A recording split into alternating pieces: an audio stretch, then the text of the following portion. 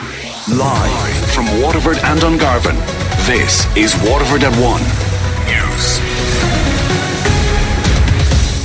Good afternoon, I'm Sinead Aherne. Today's top stories: the Taoiseach's offered a partial defence of his Taoiseach, who shared a confidential agreement with doctors.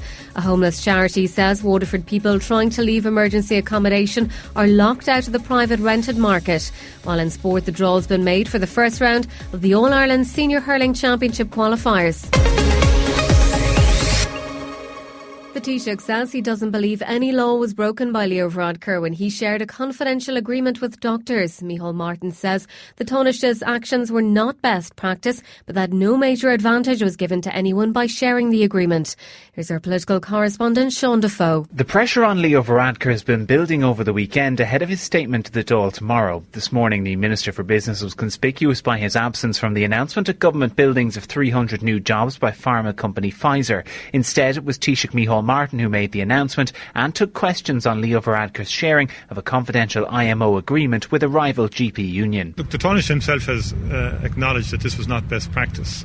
I also believe that it was an inappropriate way to deal with a document of this kind. I don't believe any law was broken in relation to this. The Taoiseach says he has confidence in Leo Varadkar, but deflected most questions, saying the Taoiseach will have his own chance to answer them in the Dáil tomorrow. For the opposition, including Sinn Féin's Louise O'Reilly, there's plenty of questions. Is the leader of Fine Gael, Leo Varadkar, actually in the habit of circulating documentation like this as a matter of course? Is this something that he routinely does? The Taoiseach's defence largely centres around the argument that most of the information in the IMO document was already in the public domain before he shared it with a friend who was heading a rival GP union.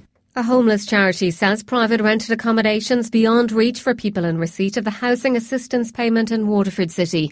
The Simon community studied property listings for Ireland's main towns and cities over 3 days at the end of September. Of the 34 homes available in Waterford city centre at the time, none were available within the HAP limits. Paul Sheehan is from the South East Simon community. In terms of Waterford, what we found in September was that there were no properties for any household type available to rent within the housing assistance payment limits. Single households, couples, a single parent with one child and a family with 2 or more children. The number of people being treated for COVID-19 in hospital has reached its lowest figure in over 2 weeks. 268 people are now in hospital, with 44 of those in ICU, as Niall Colbert reports. As of this morning, 268 people with COVID-19 are being treated in hospital. It's down 57 on yesterday's figures and is the lowest number since October 18th, the day before the government announced the country would be moving to level 5. It appears hospital numbers in the second wave peaked last Tuesday, when 354 people were receiving treatment. Almost 2.5 times that number were in hospital when the highest COVID hospitalisation numbers were recorded back in April. Professor of Immunology at Maynooth University, Paul Moyna, believes we may have moved to level 5 too soon. I think when NPHET first moved it in terms of moving to level 5, we were looking at situations where I think there were just over 20 people in ICU with COVID. And I think that was certainly premature, and you could argue now, even having moved to level 5, that was also premature. Meanwhile, a new report shows most of our cases can be traced to a strain of the virus that originated in Spain over the summer. Trinity College immunology professor Luke O'Neill explains the Swiss research. The strain of the virus emerges in Spain in around about June. That is spread all over Europe. And in Ireland, 60% of cases can be traced to that case in Spain. Meanwhile, the HSE has confirmed it's drawing up plans for a national network of clinics to be ready for a COVID-19 vaccine. There were 2 patients with COVID-19 in intensive care at University Hospital Waterford last night. The total number of confirmed cases was unchanged at 7. At the time, there were 5 suspected cases awaiting the results of testing. There are calls for the government to make a commitment to fund the post office into the future. Matt Shanahan believes a public service obligation, a PSO levy, will be required to support the services. The Irish Postmasters Union says a €17 million cash injection is needed to prevent closures next year. Deputy Shanahan says he knows the value of the network and its importance to citizens. We can look at other initiatives in terms of paying social welfare payments and all of that, but ultimately this is about a strategic decision whether government is going to support the network into the future or not. And that is a strategic decision, it's a cultural decision, it's nothing more than that. And once you make the decision, then you can provide the initiatives that are going to flow money into the post office network. The fire service in Waterford City and County responded to 23 Halloween-related incidents on Saturday night. They included bonfire and other outdoor fires. Fire crews encountered hostile and dangerous situations with missiles and fireworks. There were no injuries and only minor damage to fire appliances. The Chief Fire Officer thanked the members of the public who reported the fires. He also praised the collaboration with Gardaí and Waterford Council in removing material and preventing fires from being lit. The President of Waterford IT says the Technological University of the South East will be delivered by the 1st of January 2022. This week, WIT was named Institute of Technology of the Year by the Sunday Times for the third time.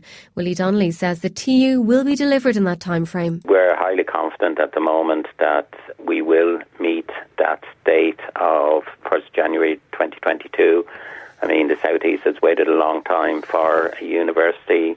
These type of awards show the quality of the academic work that's been done in the region, both by ourselves and, of course, our colleagues and friends up in Carlow. And the TU will be delivered in the time that we've stated. It's the final day of the US presidential election campaign, with the two leading candidates visiting battleground states, which could prove crucial to deciding the result. President Donald Trump will visit Pennsylvania, North Carolina, Wisconsin and Michigan, states he won in 2016 but is trailing this time around. Meanwhile, former Vice President Joe Biden, who holds an 8-point lead on average, will make a quick stop to Ohio before travelling around Pennsylvania as well. 3 rural Waterford communities are set to receive €50,000 in government funding. The money will be used for footpaths, public lighting and traffic calming near schools. Waterford Fine Gael Senator John Cummins says it's part of the 2020 CLOR programme. Knockanore, Kilrossenty and Clashmore will be part of 115 projects nationally that have received funding, and which will mainly support the provision of safety measures in and around schools and community facilities, with the likes of traffic calming, public footpaths and lighting, and I know they'll be hugely welcomed by the communities in those areas. And Johnny Depp's lawyers say it would be ridiculous for him not to appeal the judgment in his libel case against the Sun newspaper in the UK. The actor has lost the action he took after the tabloid published an article calling him a wife-beater. Former editor of the British Daily Star, Dawn Neeson, thinks the ruling will have serious ramification for Depp's career. Hollywood loves a hellraiser, we all know that. But this is different. You can be a drug taker, you can be a drinker in Hollywood, but if you bring domestic violence into it, it puts a whole different shine on the thing. Now, will Johnny Depp ever come back from this? I think he's got a very hard fight on his hands. WLR Sport.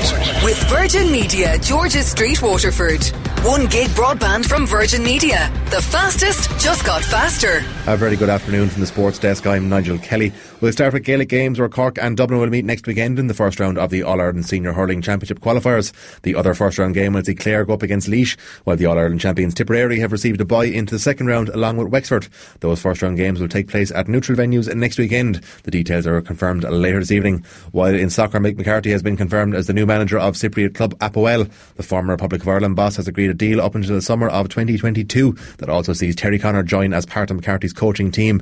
Apoel are 10th in the league out of 14 teams. While in the Premier League, Joel Matip and Naby Keita have both returned to full training with Liverpool, but Jurgen Klopp is yet to decide if both will be available to face Atalanta in the Champions League tomorrow night. Matip has only made one start all season and has been unavailable since featuring in the Merseyside derby at Goodison Park last month, while Keita's last involvement was the 7-2 defeat to Aston Villa before the last international break. Klopp has also revealed that Thiago is yet to return to training as he continues to recover from an injury suffered in the Everton game. While tonight Leicester can move up to second place if they win away to Leeds United. Kick-off at Ellen Road is at 8 o'clock, while Fulham and West Brom kick off at 5:30, and both sides are yet to win in the league this season. Keeping with the Premier League, and former Man United captain Roy Keane let rip at the club's current players after their 1-0 loss to Arsenal yesterday. The defeat leaves United 15th in the league table, and Keane told Sky Sports News the players will get manager Ole Gunnar Solskjaer sacked. I never thought for 1 minute they'd be challenging Liverpool and Man City, but the way they've started is, you know, the top four and all, this seems even out of reach. Real lack of quality in Manchester United, and Ollie will pay the ultimate price, obviously. Ollie will lose his job working with this group of players.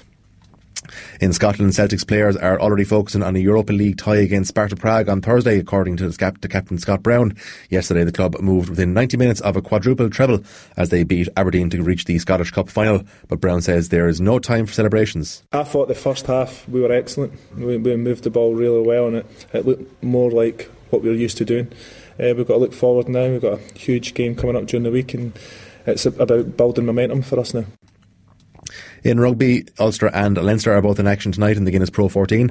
Ulster are away to the Cardiff Blues, where they'll be aiming to maintain their unbeaten start to the season. Kick-off in Wales is at 6 o'clock, while Rhys Ruddock will captain Leinster again as they look to continue their 100% start to the season against the Glasgow Warriors. That game in Scotland is underway from 8:15. In horse racing news, there's a busy day of racing at the Curragh, where an 8-race card has been underway since 12:30. And in Formula 1, Lewis Hamilton's future as the Mercedes driver is unclear, as he's moved to within touching distance of a record equalling 7th world title. His latest Grand Prix victory yesterday saw the British driver 85 points clear at the top of the standings, and he can wrap up the championship in the next GP in Turkey.